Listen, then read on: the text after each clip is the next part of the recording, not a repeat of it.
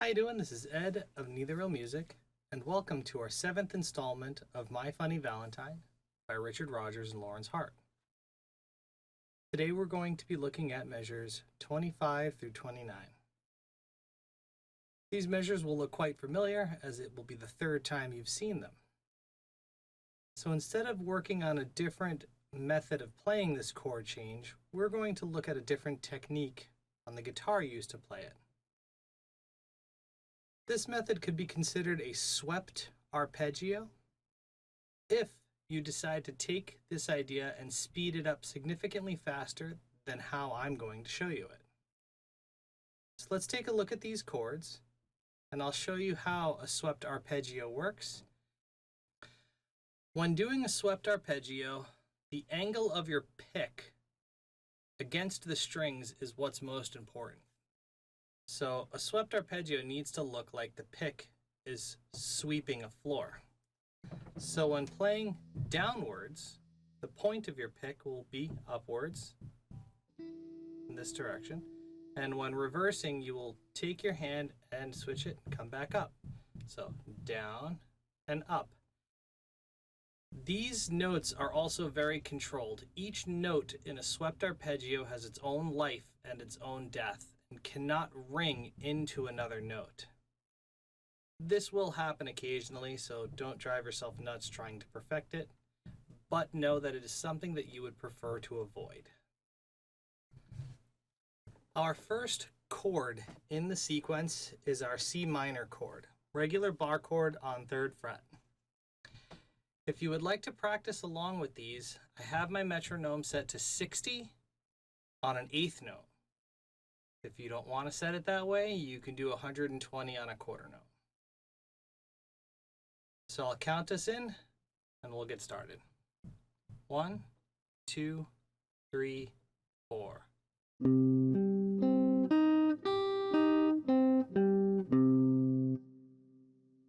Let's try that one more time. 1, 2, 3, 4.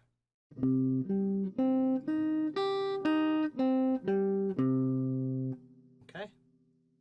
Our next chord is C minor major 7. This chord utilizes a hinge bar, which is when your second finger uses the top knuckle to bend. A hinge bar can be done with any finger, but in regards to this chord, we will be using our second finger. 1, 2, 3, 4.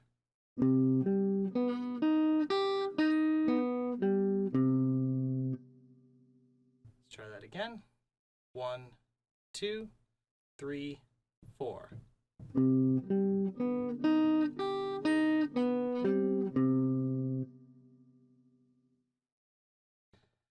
Our next chord in the sequence is just a plain C7 chord. There's no hinge bar, you'll just have to learn to move your fingers fast. 1, 2, 3, 4.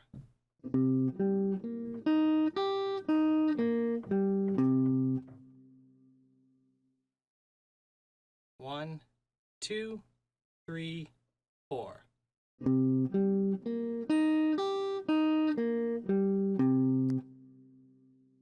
With our last chord, our C minor 6, I'm going to change what finger is doing our root note, just like we did with the chord. In this case, I'm going to use my second finger. And we're going to follow the same chord pattern that I had. 1, 2, 3, 4.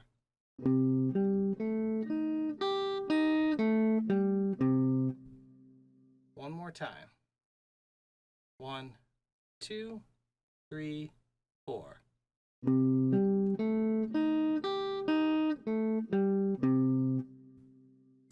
In order to play these one after another without stopping, you do have the liberty of changing the fingering to be something more comfortable to you. As long as it can speed up to the rate to which you want to play it. Sometimes you'll play something slow using a specific fingering and it'll work perfectly. But the second you try to scale it up to 8th notes at 120, you suddenly realize it doesn't work.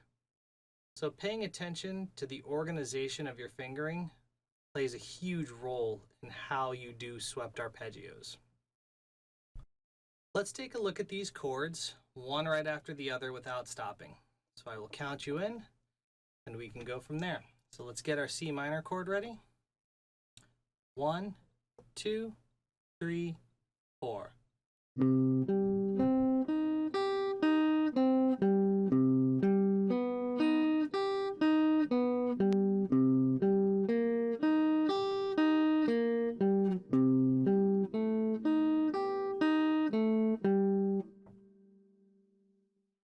Let's try that one more time. 1, 2, 3, 4.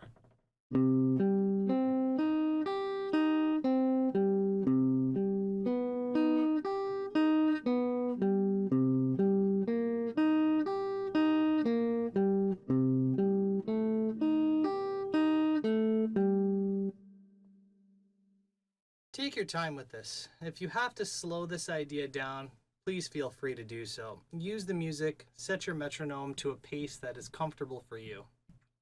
But in order to speed up, do it in small increments. Moving up 1 or 2 metronome ticks at a time will be a lot easier than trying to jump 10. If you have any questions, please leave them in the comments below. If you like what you saw, please subscribe, ring the little bell, and good luck and good practice.